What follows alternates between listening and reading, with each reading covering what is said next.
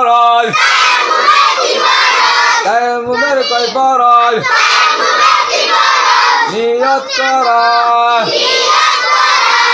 পাক মাটিতে হাত মারিয়া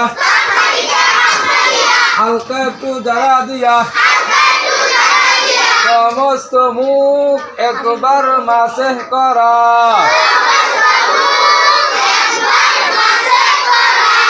আবার পাক মাটিতে হাত মারিয়া হালকা একটু জ্বালা দিয়া দুনো হাতের কনিষ্ঠ মাসেহ করা।